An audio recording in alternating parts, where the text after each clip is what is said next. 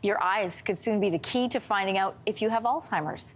A new breakthrough approach being developed right here in Canada is using retinal scans and artificial intelligence to deliver a diagnosis. The company based in Toronto is called Retispec. It's at the forefront of this research, and its Chief Business Officer, Catherine Bornbaum, is in studio with us today. Welcome. This is a fascinating interview. Thank you for having me. First of all, how does an eye scan tell doctors about a problem in our brain?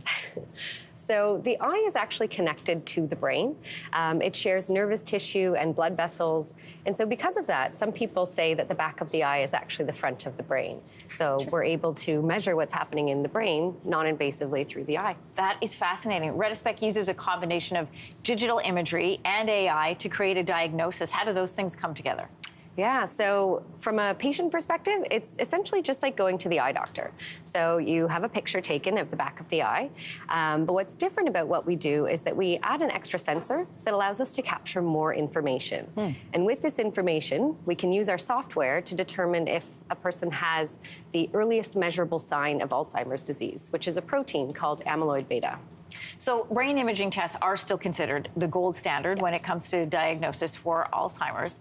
But can you tell us more about a retinal scan and maybe what it is indicating that would have somebody go to the next step? Yeah, so a brain scan, you're right, a PET scan is absolutely the gold standard, and that's what we use actually when we're validating the technology in our clinical studies. But unfortunately, PET scans are extremely expensive and very, very difficult to get access to. And right now, they're just not used commonly. So, when we diagnose cancer, we wouldn't dream of making that decision or that diagnosis without understanding the pathology. But we do that in brain health all the time.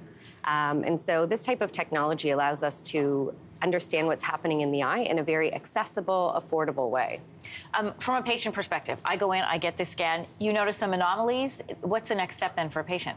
Yeah, so this technology can detect the signs up to 20 years, potentially before the onset of symptoms, because that's when the amyloid begins to aggregate. So there's lots of time for things to take place, whether they're lifestyle changes, preventative measures, and there are also some exciting new therapeutics that have just been approved by the FDA and hopefully through Health Canada very soon. And these work best when they start early. So the earlier you know, the better. Wow. Nearly 750,000 Canadians are living with Alzheimer's or another dementia. That number is so high. It's expected to triple by 2050. So right now, the technology you've described is still in the trial phase. When could we see it rolled out to clinics across Canada? Because those results could make a big difference for those numbers. Absolutely, and that is what we are dedicated to right now. So we have about one big study that's left that we'll submit to Health Canada and the FDA, and hopefully that will provide the evidence that will allow us to offer this in the clinic. So hopefully towards the end of late next year or early the next year.